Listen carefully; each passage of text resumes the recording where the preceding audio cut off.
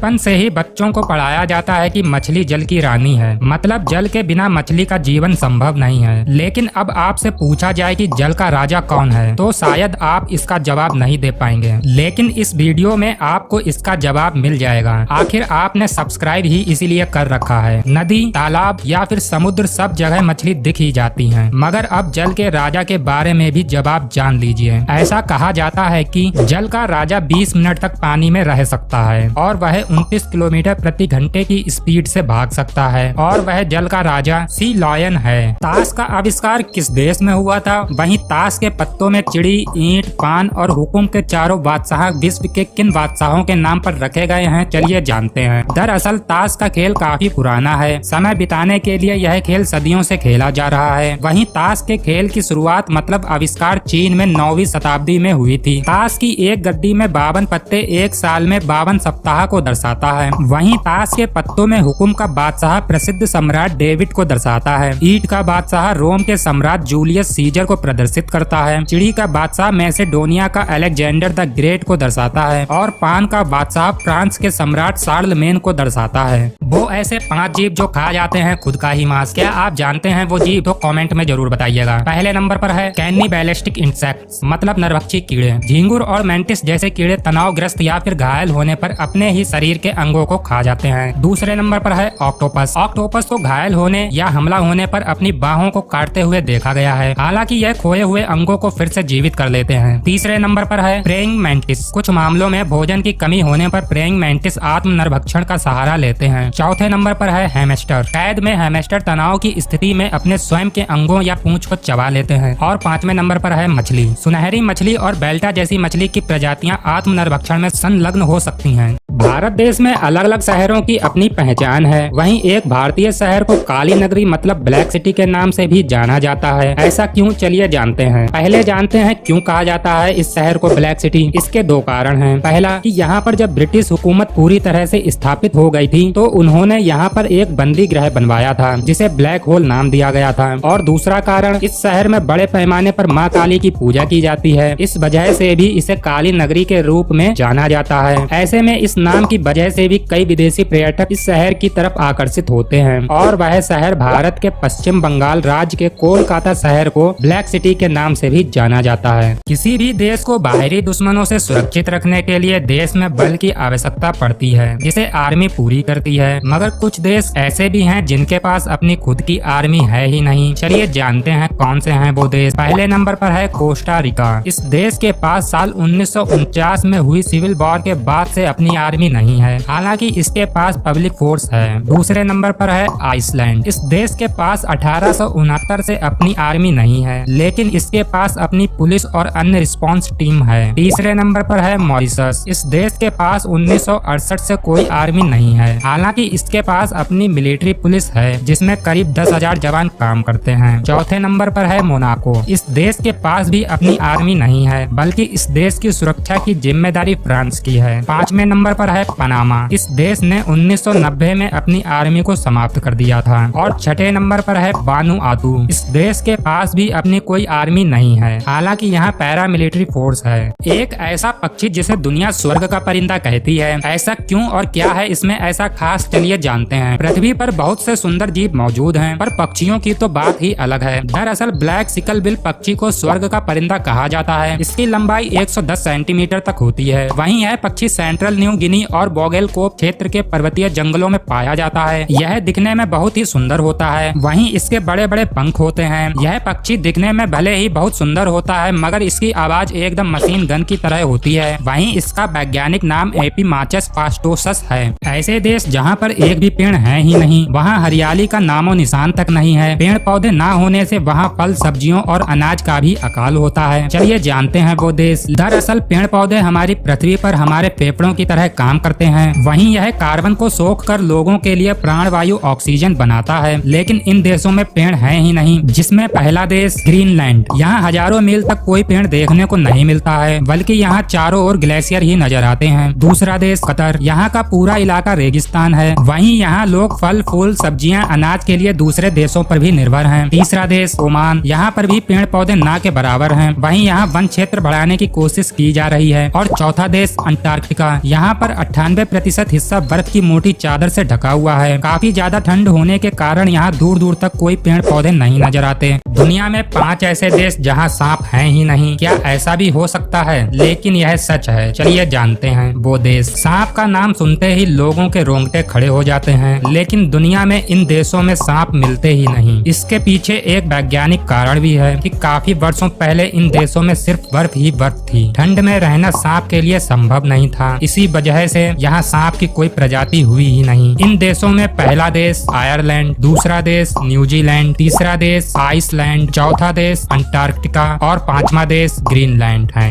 दुनिया में एक ऐसा देश भी है जहाँ पर सिर्फ मुस्लिमों को ही मिलती है नागरिकता। अब शायद आपके मन में पाकिस्तान का नाम आ सकता है, जो कि नहीं है। तो कौन सा है देश और क्यों है ऐसा कानून? चलिए जानते हैं। दुनिया में कुल 195 देश हैं, जिनमें से 193 देश संयुक्त राष्ट्र के सदस्य हैं। इन देशों में सिर्फ एक देश में मुस्लिमों को ही नागरिकता मिलती है। यहाँ का संविधान कहता है कि इस देश के नागरिक सिर्फ वही लोग हो सकते हैं जो इस्लाम को मानते हैं, मतलब मुस्लिम हो। 12वीं शताब्दी तक तो इस देश में हिंदू राजाओं का शासन रहा। बाद में यहाँ बौद्ध धर्म ने भी राज किया। इसके बाद यह धीरे धीरे मुस्लिम राष्ट्र बन गया और वह देश मालदीव है। एक बच्ची के शरीर पर उभर रहे राम राम और राधे राधे लिखे हुए शब्द। डॉक्टर भी हुए हैरान, कहा नहीं देखा कभी ऐसा सिम्टम। क्या है पूरा मामला? चलिए जानते हैं। उत्तर प्रदेश के हरदोई जिले में एक छात्रा के शरीर पर राम और राधे नाम के शब्द उभर रहे हैं। परिजनों ने डॉक्टरों को भी दिखाया, लेकिन डॉक्टरों का कहना है कि मेडिकल साइंस में भी ऐसा सिम्टम कभी नहीं पड़ा। वहीं एक दिन स्कूल में छात्रा के शरीर पर राम, राधे और उसका नाम कई अक्षर अलग अलग जगहों पर उभर आए। हालांकि लगभग 15 मिनट के बाद त्वचा सामान्य हो गई। वहीं ऐसा होने पर छात्रा को किसी तरह का दर्द या खुजली या फिर अन्य कोई परेशानी भी नहीं हुई। अब आपको इस उभरते शब्दों के बारे में क्या कहना है? कमेंट में जरूर बताइएगा।